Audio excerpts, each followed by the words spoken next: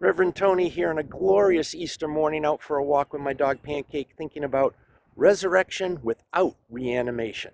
Let's take a walk.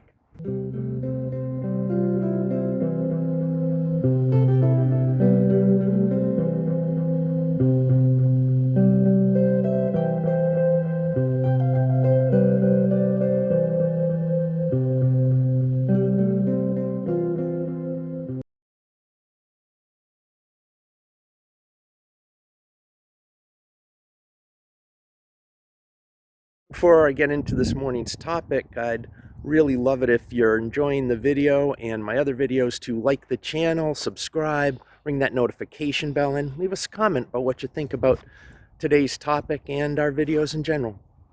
All right, so it's Easter time again, and it's the time where people who are skeptical of bodily resurrection start making jokes about the zombie Jesus and the Frankenstein's monster Christ. Please don't do that. It's disrespectful to Christians. And a lot of Christians have thought about resurrection differently over the years. Even the very earliest Christians thought about resurrection in a much more mystical sense. We know in our modern world that many plants and animals can regenerate parts of themselves if they're broken or cut off. But once something is dead, it just doesn't come back to life. So physical bodily reanimation with resurrection is difficult for a lot of us with a scientific contemporary worldview to buy into. And that's okay, because I think the importance of resurrection is its mystical, spiritual sense anyway, about being reborn, trying again, getting up from defeat, standing up for what you believe in. And that's a lot of what the original thinking and some medieval Christian thinking about resurrection was about. Contemporary Christianity that requires you to believe in a bodily resurrection in order to be saved has a very different idea of God and the spiritual life than those of us who are completely okay with a spiritual resurrection. In the current issue of the Christian Century magazine, Ross Allen has a great essay where he talks about what if we didn't pretend we believed in bodily resurrection and still enjoyed the mystic significance of Easter. This is part of what he's saying. Ross says that when reanimation is regularly presented as the default view, take it or leave it, people naturally believe this is simply what all Christians believe until recently, that is, and that to think differently is tantamount to betraying the gospel. And that's not the case. A closer look at the writings of the early church, Ross says, shows that the earliest accounts aren't committed to the reanimation of Jesus in the flesh at all, and that, in any event, there has always been a diversity of opinion about the resurrection. Ross points out that Orthodox theologian and biblical translator David Bentley Hart has told us that Paul flatly rejects the idea that Jesus rose in the flesh. And believing that's the only way to look at it shows us how far removed we are from the actual world of the first century as modern readers. The only extended biblical discussion of the resurrection of the body occurs in 1 Corinthians 15, where Paul explicitly says that, quote, flesh and blood cannot inherit the kingdom of God. Paul further claims that Jesus rose with the body that consisted solely of pneuma, which is understood in terms of what we might recognize as breath, oxygen, air, spirit, maybe even electricity. And in that sense, Jesus' resurrection would still be made of a kind of material body, but it would be an ephemeral, spirit-like body that permeates the entire cosmos.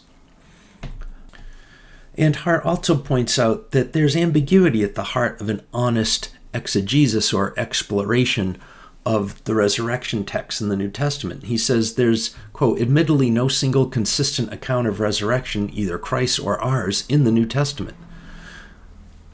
And this is precisely the point.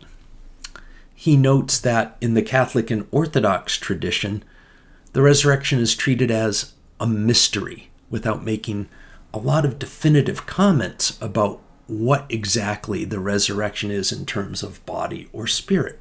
What Ross Allen is talking about in his Christian Century essay makes me remember or reminds me of what Brandon Scott talks about in his book, The Trouble with Resurrection, which also focuses on the idea that even the early church and St. Paul weren't necessarily talking about bodily resurrection, but more about resurrection's mystical experience.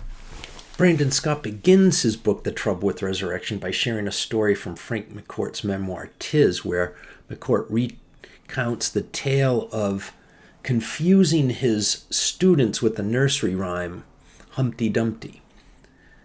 And he presents this as an exercise in critical thinking. McCourt asks his students to tell him about Humpty Dumpty, and they begin describing Humpty as an egg that falls and cracks open, and, well, physics and gravity and eggshells, and you can't put it back together. And then McCourt asked his students, who says it's an egg? And the students protest, of course it's an egg. McCourt asks them to point out where in the short little text is there any mention of an egg. And the students insist, even there is no actual textual evidence that Humpty Dumpty is an egg. They've seen it since childhood in all the children's books, and yet there is no evidence in the text or any handful of historical explanations of the source of the rhyme of an egg. And Brandon Scott tells us this is, in a sense, the trouble with resurrection. Christians tend to view the Easter event through centuries of Christian theology and art, and not through the actual texts that speak of resurrection and the theology and historical situation of the people who wrote those texts. And the texts in their history, he argues, and their theology tell a different story than the theology that has developed around it and the art that has pictured it. Scott points out that the only mention or discussion of resurrection in the New Testament before the Gospels are written, which is all the Paul material, is in 1 Corinthians chapter 15. And he points to this: there is one glory of the sun, and another glory of the moon, and another glory of the stars. Indeed, stars different from stars in glory. So it is with the resurrection of the dead. What is sown is perishable, what is raised is imperishable. It is sown in dishonor, it is raised in glory. It is sown in weakness, it is raised in power. It is sown a physical body, it is raised a spiritual body. If there is a physical body, there is also a spiritual body. And thus it is written, the first man, Adam, became a living being, and the last Adam became a life-giving spirit. But it is not the spiritual that is first the physical, and then the spiritual.